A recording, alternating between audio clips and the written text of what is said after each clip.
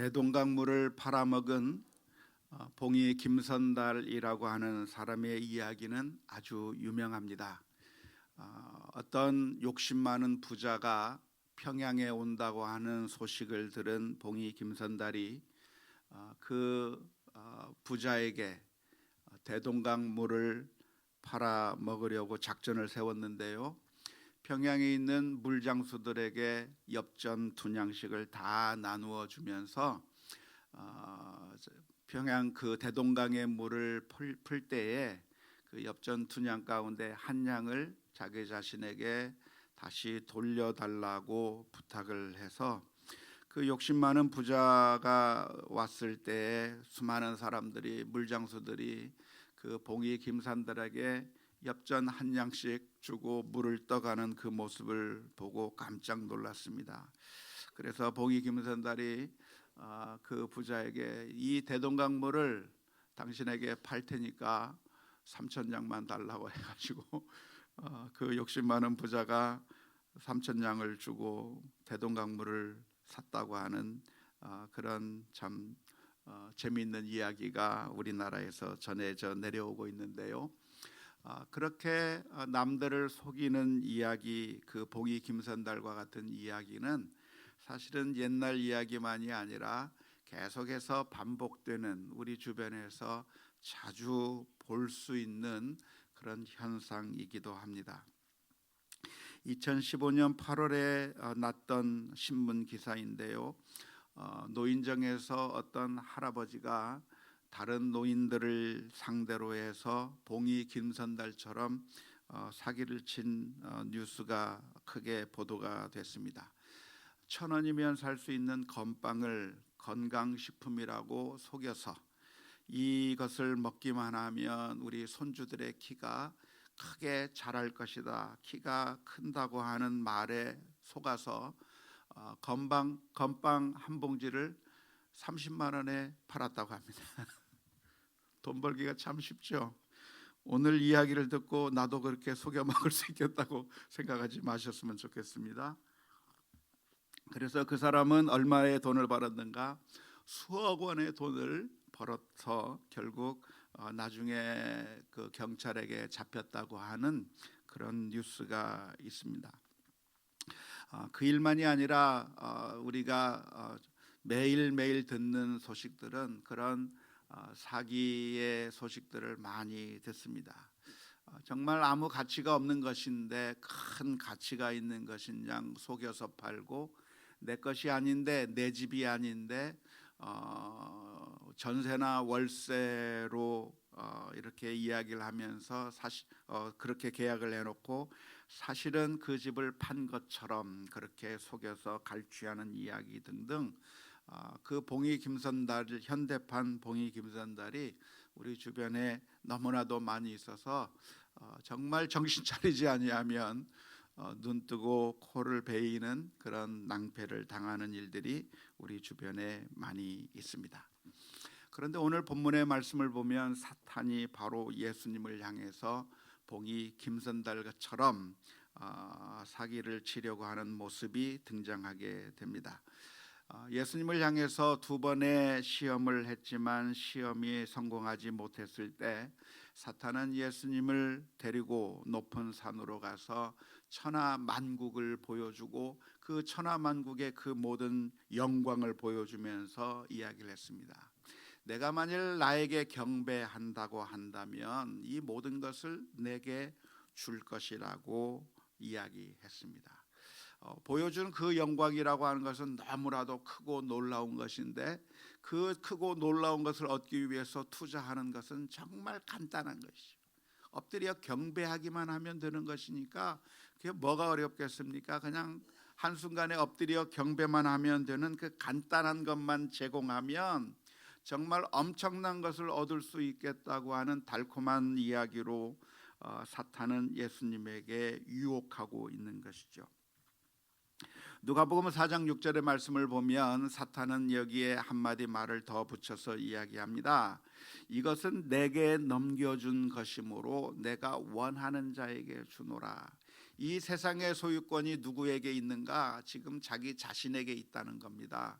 사탄이 이 세상의 소유권을 현재 소유하고 있는데 이것이 내게 넘겨준 소유권이 내게 넘겨진 것이므로 그래서 이 세상 모든 것이 다 내 것이 되었기 때문에 내가 원하는 자에게 내가 마음에 들어하는 사람에게 줄 수 있는 권한이 있다고 하면서 마치 대동강물이 자기 것이라고 속여서 팔아버렸던 봉이 김선달처럼 이 세상의 모든 것들이 자신의 것이라고 하면서 예수님에게 넘겨줄 수 있을 것이라고 이야기를 한 겁니다.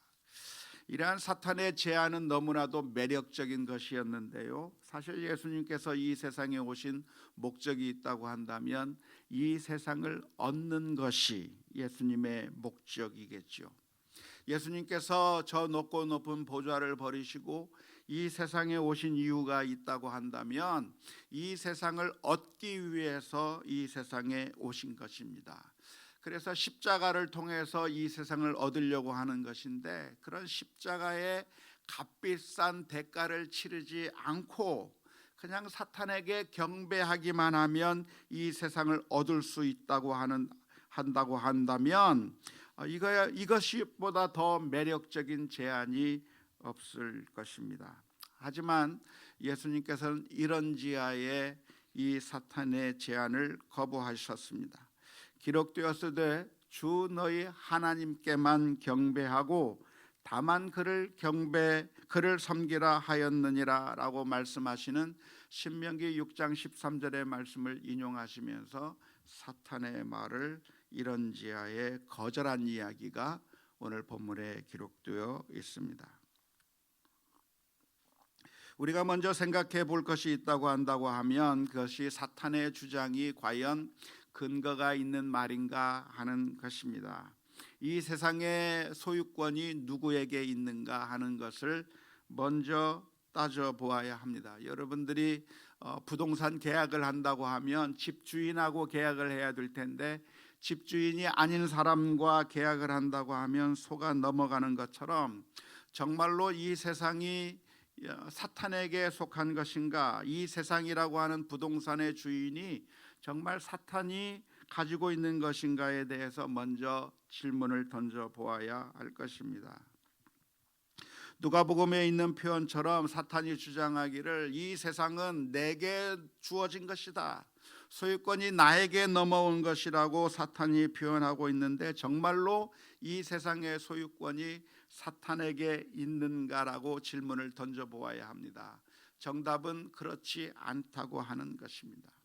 이 세상의 주권이 누구에게 있습니까? 하나님에게 있는 것이죠. 하나님께서 천지를 창조하셨기 때문에 이 세상의 모든 것들은 하나님에게 속한 것이고 하나님께서 다스리고 있기 때문에 이 세상의 주권은 사탄에게 있는 것이 아니라 만군의 여호와 하나님에게 그 소유권이 있다고 하는 사실을 우리가 분명하게 기억해야 될 줄로 믿습니다. 그런데 사탄은 왜 이 세상의 소유권이 자기에게 있다고 거짓말을 하고 있는 것일까요? 그것은 이 세상 우리가 바라볼 때 이 세상의 소유권이 정말 사탄에게 있는 것처럼 그렇게 보여지기 때문에 그렇습니다. 마치 전세를 들어와 살고 있는 사람, 월세를 계약해 가지고 들어와서 살고 있는 사람이 정말 그 집의 집주인인 것처럼 착각하게 되는 것처럼 사탄이 이 세상에 대한 주권을 행사하고 있는 것처럼 보이기 때문에 사탄이 이 세상의 모든 것들을 좌지우지하고 있는 것처럼 보이기 때문에 실제로 그 집에 살고 있는 사람이 집주인이 아님에도 불구하고 집주인인 것처럼 착각하게 되는 것처럼 이 세상에서 어떤 의미에서는 사탄이 이 세상을 지배하고 있는 것처럼 보이기 때문일 것입니다.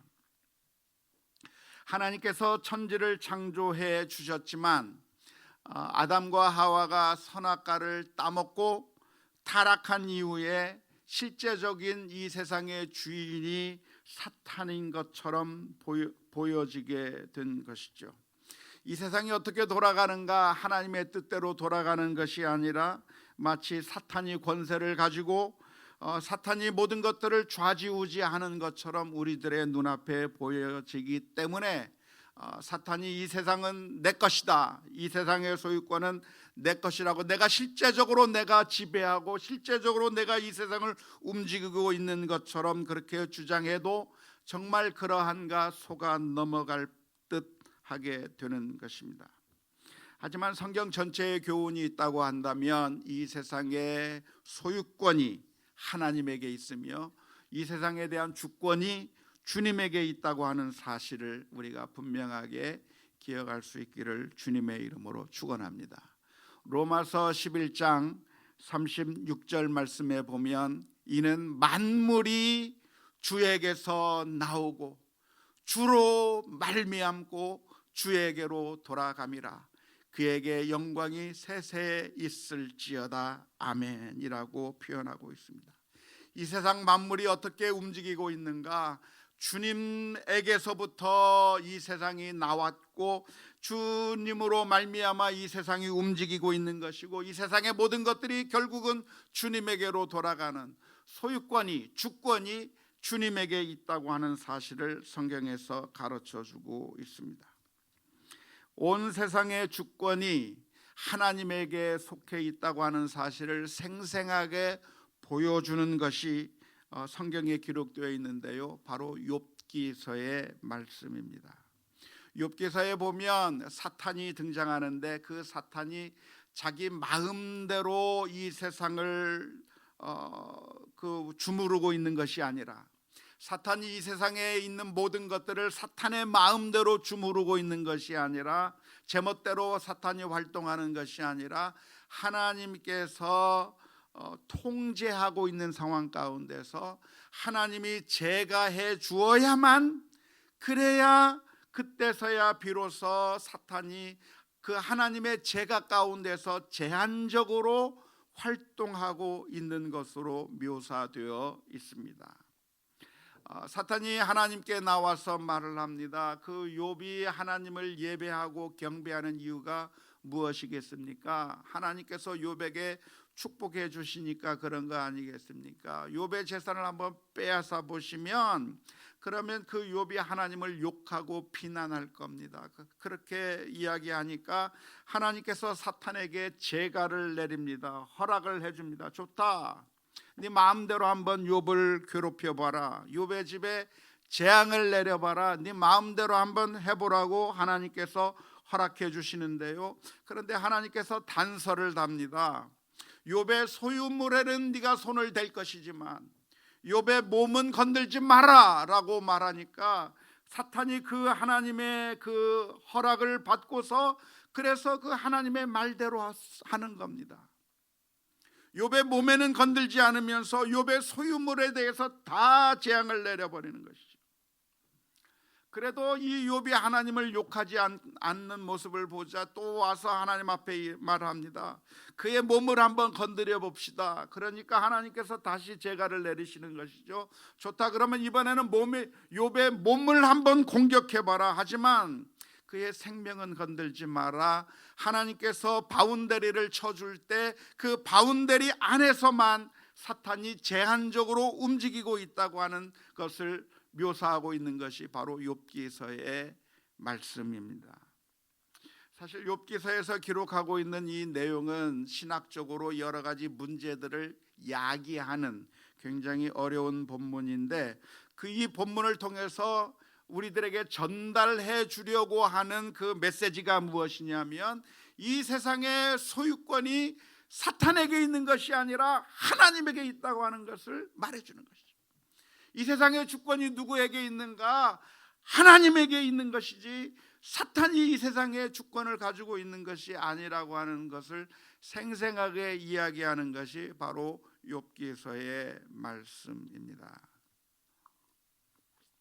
그러므로 오늘 사탄이 예수님에게 나타나서 이 세상이 내게 속했고 이 세상의 소유권이 내게 등기되어 있다고 주장하는 사탄의 말은 순전한 거짓말이었고 마치 봉이 김선달이 대동강물이 자기 거라고 주장하는 것과 마찬가지라고 하는 사실을 기억해야 할 것입니다.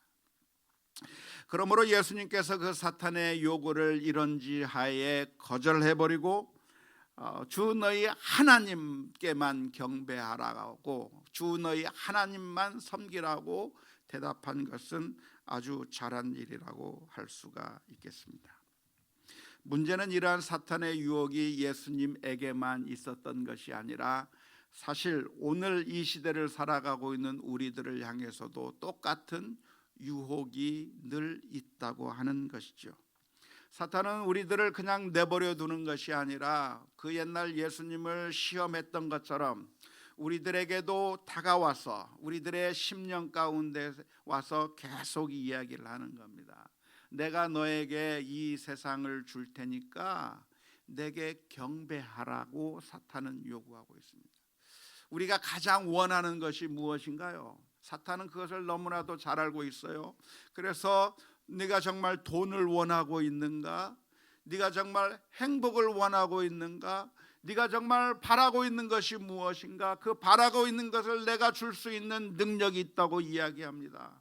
사탄이 말합니다. 내가 너에게 그러한 것을 줄 수 있는 권한이 있다고 이야기하면서 조건이 한 가지가 있다는 거예요. 사탄에게 경배하기만 하면 내가 너에게 이 네가 원하는 것을 줄 수 있다고 이야기하고 있는 소리를 우리가 항상 들으면서 살고 있는 것입니다. 사실 인류의 역사를 살펴본다고 하면 인류의 역사는 사탄이 이 시험으로 계속해서 사람들을 시험해온, 사람들을 계속해서 속여온 역사라고 말할 수 있을 것입니다. 제일 먼저 당한 피해를 본 사탄의 사기에 피해를 본 사람이 누구냐면 바로 하와였습니다. 선악과를 보여주면서 이것을 따 먹기만 하면 네가 하나님처럼 될 거라고 유혹하게 되었습니다. 사탄의 욕은 아주 심플합니다. 간단합니다. 네가 하나님처럼 되기 원하느냐? 그렇다고 한다면 선악과를 따먹으라고 간단하게 요구하는 겁니다. 선악과를 따먹는 것은 하나님에게 경배하는 것이 아니라 내 말에 순종하는 것이고 내 말을 따르기만 하면 그러면 네가 하나님처럼 될 거라고 유혹했는데 그것은 새빨간 거짓말이었습니다. 선악과는 하와를 하나님으로 만들어 놓을 능력이 없는 것이죠. 오히려 고통으로 몰아가는 것이고 에덴 동산에서 누렸던 모든 특권을 박탈당하게 되는 그런 결과를 가져오는 것인데 거기에 하와가 속아 넘어간 것입니다. 뿐만 아니라 그 이후에 있던 모든 인류들이 사탄이 똑같은 방식으로 똑같이 유혹해 왔는데 그 똑같이 유혹하는 그 사탄의 유혹에 사람들이 계속해서 속아 넘어가 버리고 말았습니다. 대표적인 것이 바로 이스라엘 민족이라고 말할 수 있겠는데요. 이스라엘 민족이 가나안 땅에 들어가게 되었을 때 그 주변의 땅에서는 가나안 땅에서는 수많은 우상들이 있었습니다. 그 수많은 우상들이 이스라엘 민족을 유혹하기 시작합니다. 이 우상에게 절하기만 한다면 내가 너희들에게 행복을 줄 것이라고 약속을 합니다. 네가 원하는 것이 무엇인가? 아들을 낳기 원하는가? 농사가 잘 되기를 원하는가? 인생에서 성공하기를 원하는가? 정말 네가 원하는 것이 있다고 한다면 그 어려운 것 아니고 우상에게 절하기만 하면 내가 이 모든 것을 너에게 줄 것이라고 그 우상은 아주 화려한 모습을 하고서 약속을 하는 것이죠. 가나안 땅에 갔을 때 거기에 수많은 우상들이 존재했습니다. 어떤 우상은 아기를 낳게 해준다고 하는 우상입니다. 정말 그 우상 앞에 서기만 하면, 정말 그 우상 앞에 절하기만 하면 아기를 낳아줄 것만 같아요. 사람들이 말을 합니다. 이 우상에게 와서 정말 정성을 다했더니 어떤 사람도 아기를 낳았고 어떤 사람도 아기를 낳았고 저 사람도 아기를 낳았고 그렇게 아기를 낳았다고 하는 수많은 그 소문들을 들립니다. 그래서 아기가 없는 사람이라고 한다면 보이지 않는 하나님 앞에서 경배하고 예배하는 것보다 바로 내 눈앞에 보이는 저 우상 앞에 절하기만 하면 아기를 낳을 것만 같아요. 농사가 잘 안 될 때, 농사를 지을 때 말을 합니다. 이 신에게 경배하기만 하면 금년 농사는 풍년이 들게 될 것이라고, 씨를 뿌려놓고 마음속에 걱정이 앞섭니다. 금년에 이른 비와 늦은 비가 제때제때 내려서 그래서 농사가 잘 되어야 될 텐데, 그런데 비가 오지 않으면 농사를 망치게 될 텐데 한 해 농사를 망쳐버리면 어떻게 되나. 그런데 그 옆에 아주 근사한 우상이 서 있는 겁니다. 이 우상에게 절하기만 하면 금년 농사는 풍년이 들게 될 거라고 하는 그 이야기에, 거기에 마음이 끌리는 거예요. 오늘날 우리 한국 사람들이 21세기를 살아가면서도 개업을 하면서 명태 한 마리 붙여놓고 그 앞에서 고사를 지내야만 마음이 편한 것처럼, 그 이스라엘 민족의 마음 가운데 농사를 잘 짓게 해준다고 하는 그 신 앞에 서기만 하면 그 앞에 경배하지 않으면 뭔가 문제가 생길 것 같은 느낌이 드는 거예요. 병이 들어서 고통스러울 때 병에서부터 낫게 해준다고 하는 그런 신 앞에서 경배하기만 하면 내 질병이 나을 것 같은 그런 매력적인 우상들이 이스라엘 민족의 주변에 널려져 있을 때, 주 너희 하나님만 섬기라고 하는 그 하나님의 명령에 순종하는 것이 아니라 그 우상 앞에 달려가 속아 넘어가 버렸던 것이 바로 이스라엘 민족의 모습이라고 할 수 있을 것입니다. 더 나아가서 이스라엘 민족들은 왕이라고 하는 우상에 속아 넘어갔습니다. 주변의 민족을 보니까 왕들을 세워놓고 그 왕이 군대를 조직하고 강대국을 만들고 그 나라를 보호하는 그런 모습을 보면서 이스라엘 민족들의 마음 가운데 하나님을 왕으로 섬기는 것보다 우리도 왕이 있으면 좋겠다고 하는 간절한 마음이 생기는 겁니다. 왕만 세워준다고 한다면 우리나라도 강대국이 될 수 있을 것이고, 왕만 있다고 한다면 우리나라도 군사를 동원하면서 그래서 다른 의적으로부터 침입을 당하지 않게 될 것이라고 하는 그런 간절한 마음들이 그들의 마음 가운데 넘어가서 결국 사무엘을 향해서 외치는 겁니다. 우리도 왕을 좀 세워달라고. 하나님이 우리를 보호해 준다는 것을 우리가 믿을 수 없고 왕이 있어야 되겠다고 그렇게 외쳐 넘어가게 된 것이죠. 오늘날 현대인에게도 역시 우상의 그 속임수가 있습니다. 그것은 바로 무엇인가요? 그것은 바로 돈이라고 하는 우상입니다. 돈이라고 하는 우상은 우리를 행복하게 해줄 것 같아요. 정말 엄청난 파워를 가지고 있는 것 같아요.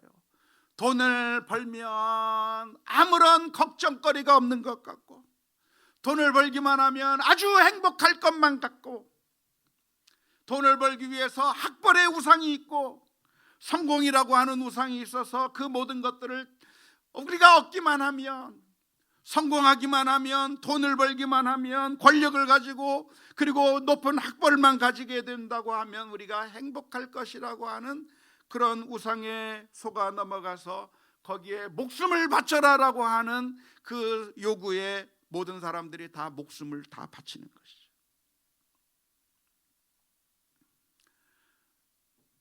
이스라엘 민족이 섬겼던 우상 가운데 하나가 무엇이냐면, 자식을 불태워 몰렉신에게 바치기만 하면 행복해질 거라고 하는, 아무런 질병이 없고 고난이 없을 거라고 하는 그런 우상이 버티고 있을 때, 그 우상 앞에서 자기 자식을 불태워 죽일 정도로 사람들은 그 우상에게 속아 넘어간 거예요.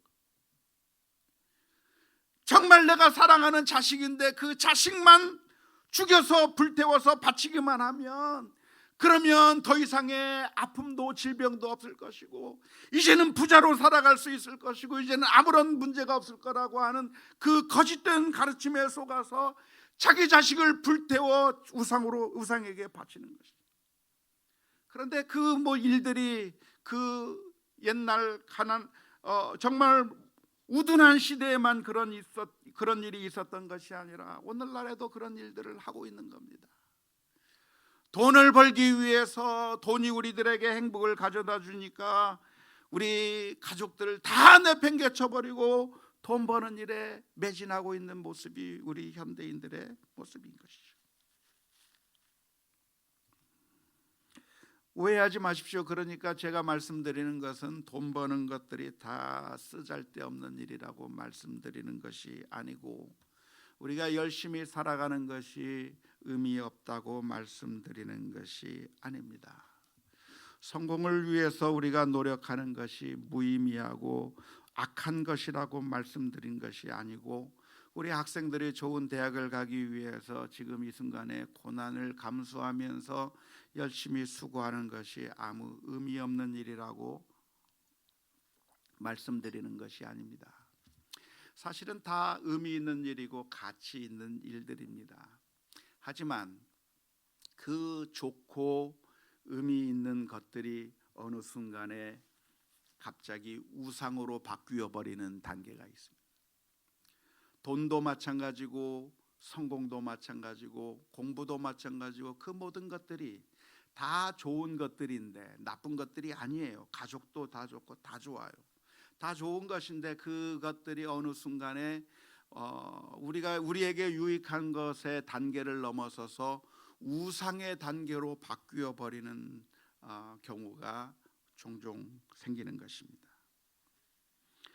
우리가 진단해 볼 필요가 있는데요. 정말 이것이 내게 우상으로 바뀌어 버리지는 않았는지 판단해 볼 수 있는 그런 진단 방법이 있습니다. 증상을 확인하는 방법이 있습니다. 어떤 증상들이 나타나는 건가요? 돈이 우상이 되었을 때는 어떤 증상이 나타납니까? 그것은 내가 가족을 돌보고 사랑하는 것보다 내가 돈을 버는 일에 더 올인하게 되고 있는 모습이 있다고 한다면 그것은 이미 우상으로 옮겨가는 단계라고 하는 것을 알아야 되는 것이죠. 돈을 벌기 위해서 수단과 방법을 가리지 않은 채 거래처들에게 모질게 대하고 직원들을 착취하면서, 특히 힘이 없는 외국인 노동자들을 착취하면서 손님들을 속이고 법을 어기고 이익을 많이 남기는 것이 좋은 것이라고 하는 그런 단계로 넘어갔다고 한다면 이미 돈이 우상이 되어 있는 상태가 될 것입니다. 좋은 대학을 가기 위해서 열심히 공부하는 것까지는 괜찮은데 그것을 넘어서서 수단과 방법을 가리지 않고 컨닝과 부정행위를 하면서 공부가 목적이 되어버리고 그리고 사람을 사랑하고 배려하는 것은 관심이 없은 채 그저 내가 성공하는 것에만 관심이 가 있다고 한다면 그것은 이미 공부 좋은 대학을 가는 것이 우상이 되어버린 것이라고 할 수 있을 것입니다. 심지어 우리의 자녀들도 우리의 우상이 될 수가 있는데요.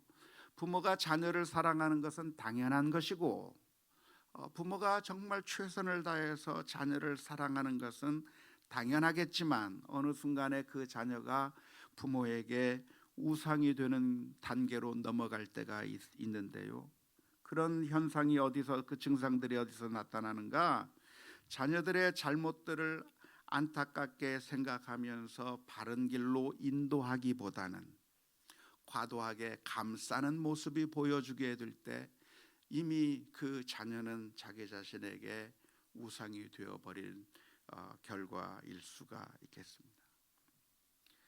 정말 제가 우리나라에 돌아와서 안타깝게 생각하는 것이 무엇이냐면 우리 부모들이 자녀들을 괴물로 만들고 있어요.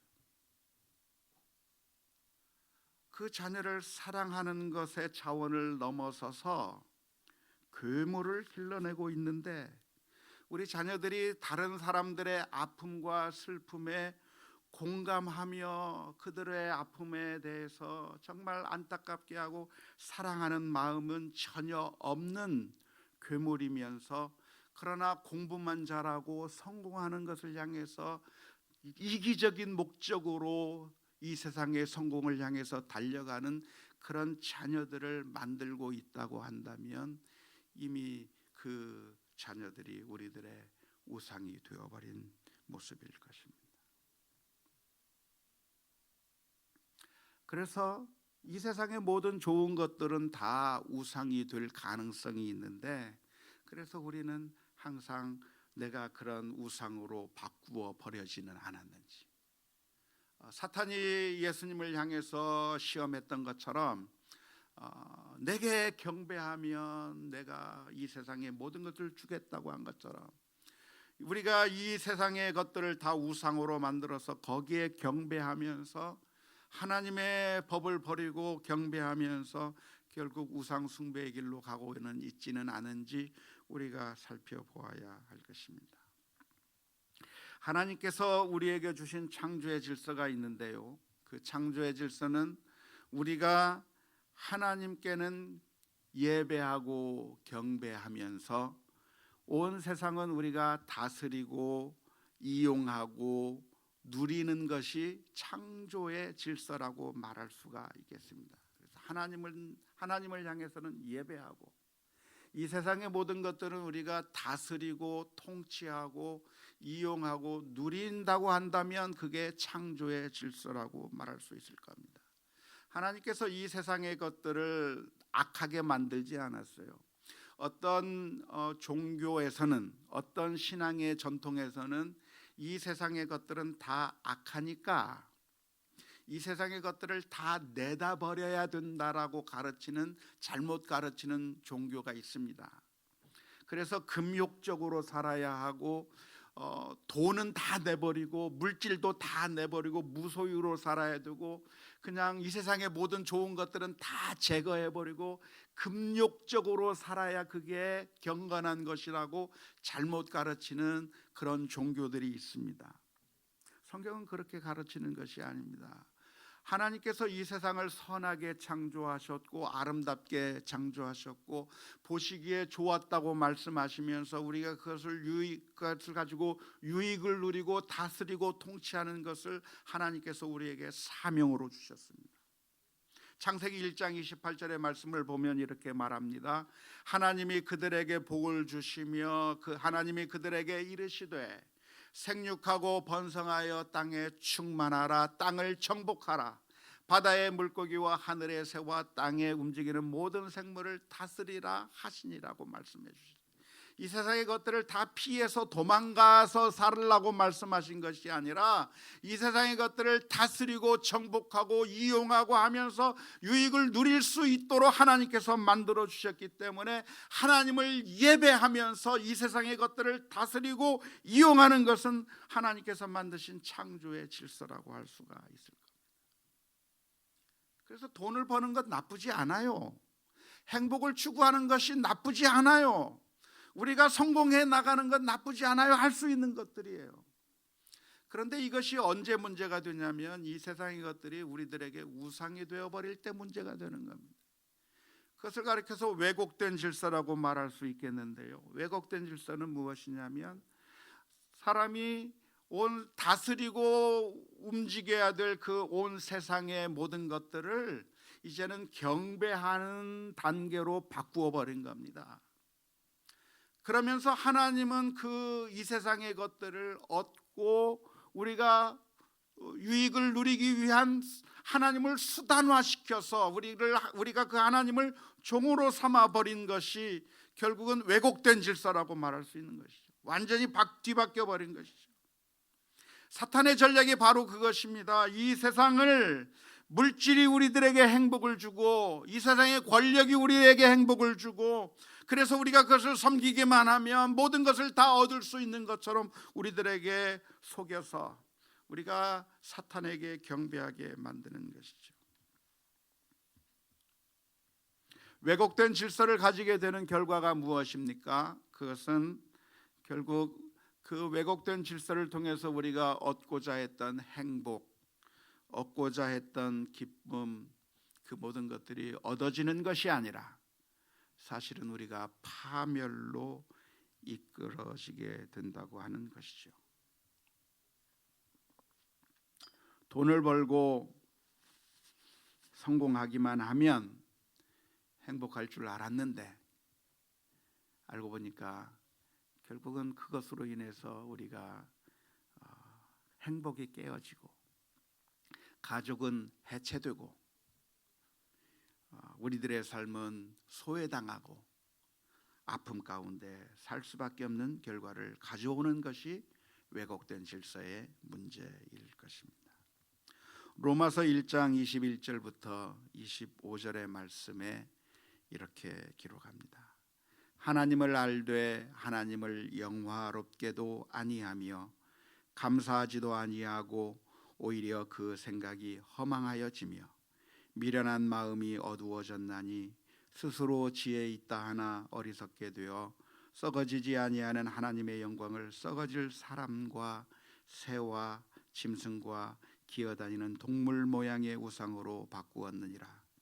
그러므로 하나님께서 그들을 마음의 정욕대로 더러움에 내버려 두사 그들의 몸을 서로 욕되게 하셨으니 이는 그들이 하나님의 진리를 거짓 것으로 바꾸어 피조물을 조물주보다 더 경배하고 섬김이라. 주는 곧 영원히 찬송할 이시로다. 아멘.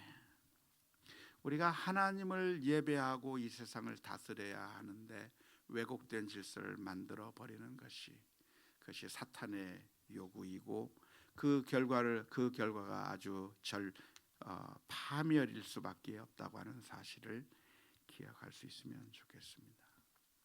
하나님만 섬기라. 그게 우리가 오늘 기억해야 될 말씀인데요. 하나님만 섬기라고 하는 그 말씀을 우리가 오해하지 않았으면 좋겠습니다. 나만 섬기라고 하는 그 하나님의 요구는 누가 말하느냐에 따라서 그 내용이 완전히 달라집니다. 누가 이런 이야기를 할 수 있냐면 조폭 두목이 말할 수 있어요. 조폭 두목이 똘마니들을 모아놓고 말을 합니다. 너희들 나를 배신하면 죽을 줄 알아. 나를 배신하면 죽어라고 협박하면서 나한테만 충성해라고 조폭이 요구할 수 있습니다. 그러한 조폭의 요구는 부당한 것이죠. 근데 수많은 사람들이 하나님의 그러한 요구를 마치 조폭의 요구처럼 착각하는 겁니다. 하나님은 너무 독단적이라고, 하나님은 정말 너무 나쁘다고, 왜 하나님만 섬기라고 하느냐고 그렇게 부당하게 생각하는 경우가 많습니다. 하지만 하나님이 말씀하시는 이유는 하나님이 조폭이기 때문에 그런 이야기를 하시는 것이 아니에요. 하나님께서 말씀하시는 그 이유가 무엇이냐면 하나님이 우리의 부모님이기 때문에 그래요. 부모님이 우리 어린 자녀들을 향해서 뭐라고 말합니까? 아무도 따라가지 마라. 너희들에게 과자를 준다고 해서 따라가지 말고, 모르는 사람이 있으면 따라가지 말라고 우리 자녀들을 향해서 신신당부하는 겁니다. 왜? 우리 아이들이 모르는 사람이 주는 사탕을 받고 그 말에 속임수를 받아서 그 사람을 따라가게 되면 유교를 당해서 고난을 당할 수밖에 없기 때문에 사랑하는 부모님이 그 자녀들을 사랑하고 아끼는 마음에서 말하는 겁니다. 절대로 유괴범을 따라가면 안 된다고. 유괴범이 너에게 사탕을 준다고 해서 그 말을 속아 넘어가면 안 되는 거라고 이야기하는 거예요. 왜? 자녀를 사랑하기 때문에. 하나님이 우리에게 요구하기를 너희는 하나님만 섬겨라 하는 그 이유가 왜 그런 이야기를 합니까? 하나님만을 섬기는 것이 복된 길이기 때문에 그래요. 행복의 길이기 때문에 그래요. 하나님이 정말 우리를 사랑하시기 때문에 하시는 말씀이기 때문에 그래요. 그 하나님께서 우리를 향해서 말씀하십니다. 이 세상에 헛된 것들을 쫓아가지 말고, 이 세상의 우상들을 쫓아가지 말고, 너희들을 배부르게 못할 것을 추구하지 말고, 너희들을 행복하게 해주지 못할 것을 추구하지 말고, 오직 하나님께만 경배하고 하나님만 섬기라고 하나님께서 요구하고 계십니다. 그런데 그 하나님이 어떤 하나님이신가? 우리에게 유일하게 하나님만을 섬길 것을 요구하시는 그 하나님이 사실은 우리만 사랑하시기로 작정하셨다고 하는 사실을 알고 계십니다. 나만 사랑하신다고 고백하시는 하나님이라고 하는 사실을 알고 계십니다. 하나님이 우리를 너무나도 사랑하셨기 때문에 우리를 살리시기 위해서 그 아들을 십자가에 내어주시기까지 사랑해 주신 그 하나님을 오늘 저와 여러분들이 믿음으로 고백하며 따라가는 믿음의 결단들이 있는 우리 모두가 될 수 있기를 주님의 이름으로 축원합니다.